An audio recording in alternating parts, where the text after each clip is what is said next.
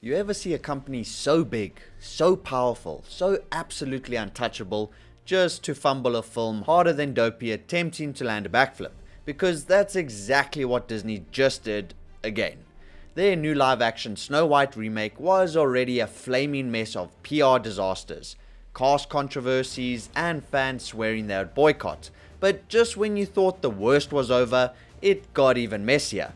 From horrendous reviews to CGI so bad it looks like it was rendered on a toaster, and ticket sales so dismal they make the dwarf's cottage look crowded.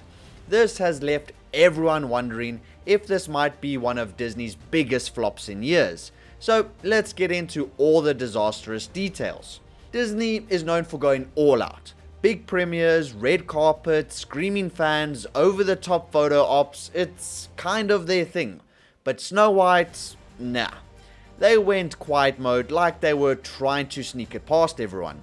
Their premiere was so low key it felt like a birthday party no one RSVP'd to. This quiet approach was likely meant to dodge fresh controversies, especially since the movie's been dragged through drama for 2 years straight. No press Q&A, no interviews, just some cherry-picked influencers with suspiciously praising tweets. Like, Rachel Zeglers shines, visually stunning. Bruh, are you all reviewing Snow White or Screensaver? Because I don't think the rest of us are seeing what you've seen. But this was a clear tactic by Disney. Almost like they were trying to patch a sinking ship with duct tape made of carefully picked compliments. But to make matters worse, Rachel Zegler decided to call the 1937 classic old-fashioned, alienating fans of the original. Reality is that the cartoon was made 85 years ago, and therefore it's extremely dated when it comes to the ideas of women being in roles of power. On top of that, she made political jabs telling certain voters not to watch. Never a great strategy for a classic family film. So people suspected Disney wanted to keep her far away from reporters who might ask real questions. But then, to everyone's surprise, the select few who attended the premiere hopped on social media boasting about how magical the film was. They called it fresh and misunderstood, praising Rachel's performance. This sudden positivity clashed head-on with the wave of negative buzz that had been swirling for months. People started suspecting Disney's invite list was carefully chosen to shift the narrative from total train wreck to hidden gem. But then the official review embargo lifted. Usually if a studio is proud, they'd let critics talk days in advance to drum up hype. But Disney waited until practically the last minute. And once the broader critic community had their say, ratings tanked faster than a crypto coin after a tweet from Elon. The film scored around 45% from legit critics. Terms like awkward, soulless, a missed opportunity, and a massive waste of resources were thrown around like popcorn at a bad movie screening. Even the nicer reviews weren't exactly glowing. More like, well, it wasn't physically painful to watch. Which is not exactly the energy you want from a remake of one of Disney's most iconic fairy tales. But in all fairness, the reviews seem to have climbed slightly to 47%, which is still dismal for Disney. This is likely due to all the original controversy surrounding the film, as the original story is literally called Snow White and the Seven Dwarfs. But in this version, they said, what if there's no dwarfs?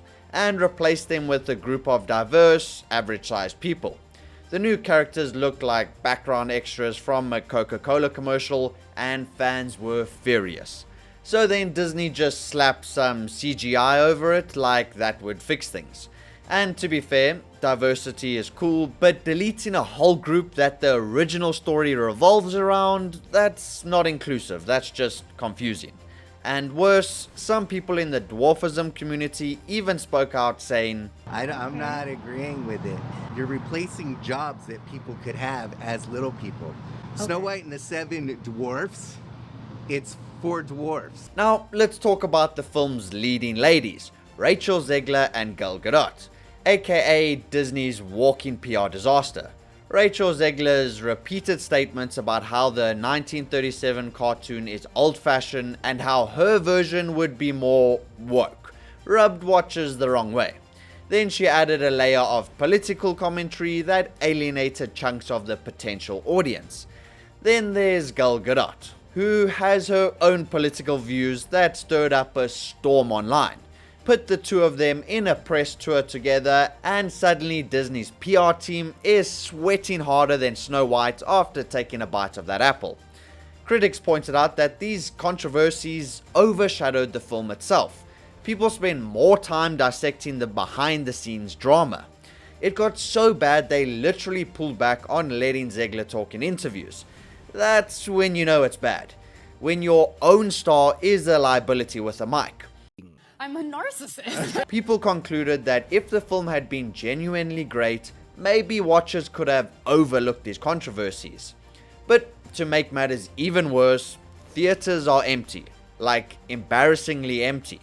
People started posting seat maps from major theaters across the country.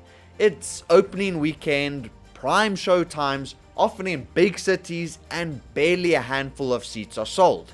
Some watchers reported entire show times with 0 tickets purchased.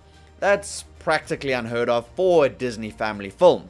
Compare that to The Little Mermaid, which stirred its own controversy, but still had a solid rollout.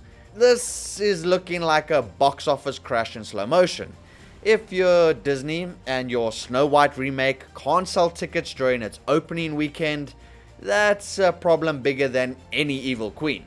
So I tell you what, if this video gets 4,000 likes in its first 48 hours, I will personally torture myself and go watch this movie for you guys. Because the online reaction has been savage. People are roasting the fake promo tweets, the CGI, the empty theaters, and of course Rachel Zeglers' interview bloopers.